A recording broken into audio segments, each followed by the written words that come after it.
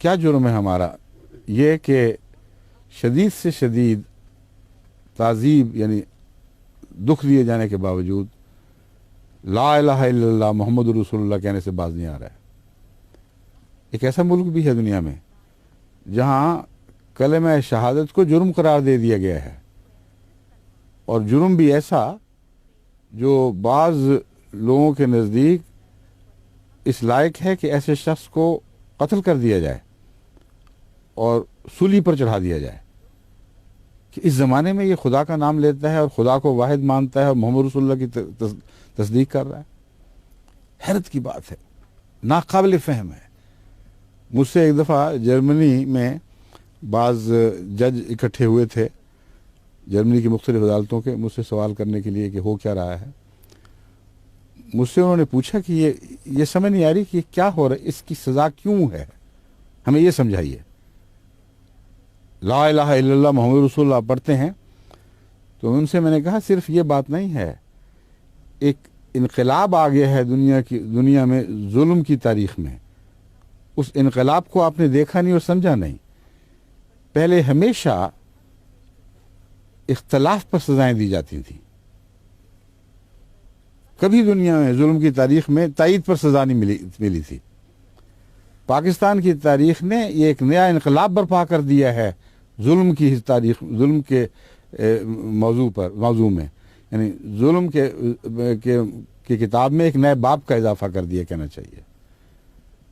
اب قانون یہ ہے کہ ہماری مخالفت کرو، کوئی حرج نہیں،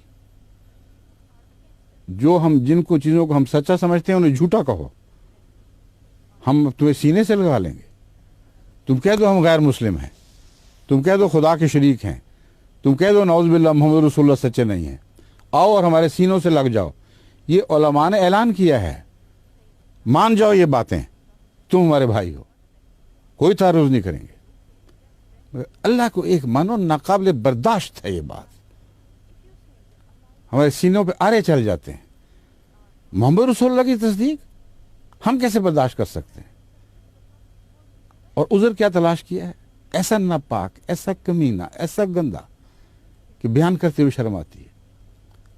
اس لیے ہم کہتے ہیں کہ تمہارے منہ پر یہ باتیں زیب نہیں دیتی اور ہمیں بری لگتی ہیں، کہ ایسی بات ہے جیسے کسی فراغت خانے پر جہاں انسان حاجت روائی کے لیے اپنی حاجت پوری کرنے کے لیے جاتا ہے، اس پر پاک نام لکھ دیے جائیں۔ تم غلیظ لوگ ہو، تمہارے منہ پر اللہ کا نام نہیں آنا چاہیے کیونکہ یہ ہتک ہے۔ ایسی ناپاک بات ہے، ایسی بے وقوفوں والی اور جہالت والی بات ہے، اور لوگ سمجھ نہیں رہے۔ حضرت محمد رسول اللہ صلی اللہ علیہ وآلہ وسلم تو کسی سے بھی اللہ کا نام سنتے تھے تو پیار کی نظر سے دیکھا کرتے تھے، کیونکہ اللہ کے عاشق تھے۔ دلوں کا حال تو خدا جانتا ہے دلوں میں کیا ہے، مگر کوئی انسان ایسا نہیں ہے جسے کوئی دنیا کا شریف النفس انسان اللہ کا نام لینے سے روکے، یہ کہہ کر کہ تم گندے ہو، تم کیا ہو۔ تم کبھی اپنا باطن دیکھا ہے؟ کبھی اپنی گردن میں جھانک کے دیکھا ہے؟ کیسے کیسے بد خیالات تمہارے دلوں میں پیدا ہوتے ہیں، کیسی کیسی مکروہ باتوں میں ملوث ہوتے ہو۔ سارا ملک جرائم سے بھر گیا ہے اور تمہیں کوئی ہوش نہیں۔ اور خدا کی عظمت اور تقدیس کو اگر کوئی خطرہ پیدا ہوتا ہے تو ان احمدیوں سے جو ماریں کھاتے ہیں، جیلوں میں بھیجے جاتے ہیں، جن کی زندگی پر ایک تلوار لٹکی ہوئی ہے کہ اگر تم نے خدا کا نام لیا تو تمہیں قتل کر دیا جائے گا، پھر بھی خدا کا نام لیتے ہیں، یہ ناپاک لوگ ہیں۔ کیا نعوذ باللہ بلال ناپاک تھا جو کلمے کی خاطر گلیوں میں گھسیٹا جاتا تھا؟ اس کو بھی تو یہی کہا جاتا تھا تم کون ہوتے ہو، تمہیں حق کیا ہے یہ باتیں کرنے کا؟ بس حضرت محمد مصطفیٰ صلی اللہ علیہ وآلہ وسلم کی صداقت کی گواہی اگر کسی نے اپنے خون سے دی ہے، ایسی گواہی جس کے اوپر کوئی شریف النفس انسان اسے جھٹلا نہیں سکتا کیونکہ اس کے ساتھ قربانیاں شامل ہیں، تو وہ احمدیوں نے دی ہے۔ احمدیوں کو توفیق مل رہی ہے۔ ناپاک دل کو جرأت کیسے ہو سکتی ہے کہ پاک کلام کی خاطر اپنی جانیں فدا کر دے؟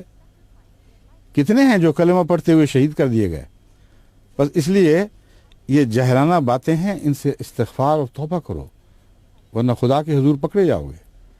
تمہاری عدالتیں دنیا تک رہیں گی، پھر وہ عدالت چلے گی جس عدالت کے متعلق حضرت اقدس محمد مصطفیٰ صلی اللہ علیہ وآلہ وسلم نے اپنے ایک صحابی کو یوں مخاطب فرمایا۔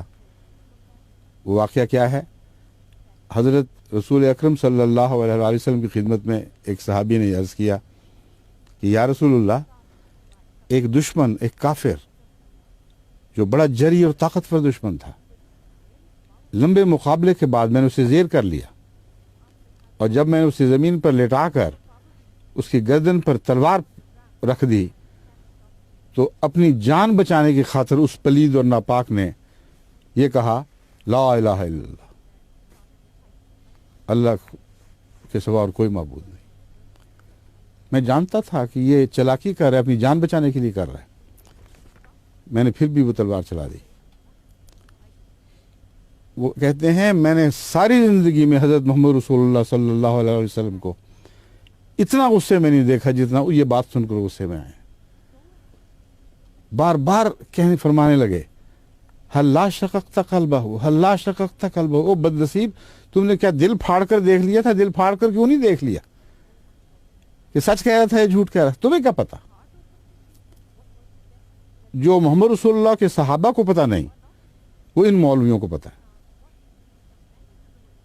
ان عادلوں کو پتا ہے جو آج کی عدالت پہ بیٹھے ہوئے ہیں۔ اور پھر فرمایا، اور کتنی خطرناک، کتنا بڑا اور خطرناک انذار ہے کہ قیامت کے دن جب اس کا لا الہ الا اللہ تمہارے خلاف گواہ بن کر کھڑا ہوگا تو تم اس کو کیا جواب دو گے؟ یہ ہے ہمارے آقا و مولا حضرت اقدس محمد مصطفیٰ صلی اللہ علیہ وآلہ وسلم۔ اور آج ایک ملک ایسا بھی ہے بد نصیب، سانگڑ 16 جنوری اخبار میں خبر شائع ہوئی ہے کہ مکرم رشید احمد خان صاحب اب سانگڑ کو، مکرم تو لکھنے والے نے ہماری طرف سے لکھا ہے، مقامی مجسٹریٹ نے مکان کی دیوار پر الیس اللہ بکافٍ عبدہ لکھنے پر 13 جنوری 94 کو 2 سال قید اور 5,000 روپے جرمانے کی سزا دی ہے۔ الیس اللہ بکافٍ عبدہ، کیا اللہ اپنے بندے کے لیے کافی نہیں؟ یہ جرم ہے۔ اور پاکستان میں دیواریں بے حیائی کی باتوں سے اور فلمی اداکاروں کی تصویروں سے کالی ہوئی پڑی، غلیظ گندے اشتہار، گندی گالیاں، ایک دوسرے پر کیچڑ اچھاڑنا۔ اب جدھر نظر کریں وہاں دیواروں پر یہ چیزیں لکھی نظر آتی ہیں، وہ سب منظور ہیں، ان سے دلوں کو راحت پہنچتی ہے۔ اگر تکلیف پہنچتی ہے تو اس اعلان پر کہ اللہ ایک ہے اور محمد رسول اللہ کے سوا اور اس کے بندے اور اس کے رسول ہیں، تو اس سے تکلیف پہنچتی ہے۔ اگر تکلیف پہنچتی ہے تو اس سے کہ یہ کیوں کہا گیا الیس اللہ بکافٍ عبدہ، کیا اللہ اپنے بندے کے لیے کافی نہیں؟ میں اعلان کرتا ہوں کہ خدا کی قسم اللہ اپنے بندے کے لیے کافی ہے۔ تم جو چاہو زور لگا لو، دن اور رات جتنی طاقتیں ہیں صرف کر دو، مگر وہ بندہ خدا کا جو سچا بندہ اس زمانے میں خدا کی طرف سے معمور ہوا ہے، اللہ اس کے لیے کافی ہے اور کافی رہے گا، اور تمہاری ساری کوششیں ناکام اور نامراد ہو جائیں گی۔ وہی جیتے گا جو محمد رسول اللہ کا سچا عاشق ہے، وہی جیتے گا جو خدا کی توحید کے نام پر ہر قسم کی قربانیاں پیش کر رہا ہے۔ اللہم صلی علی محمد و علی آل محمد مبارک وسلم انک حمید مجید۔ السلام علیکم و رحمۃ اللہ۔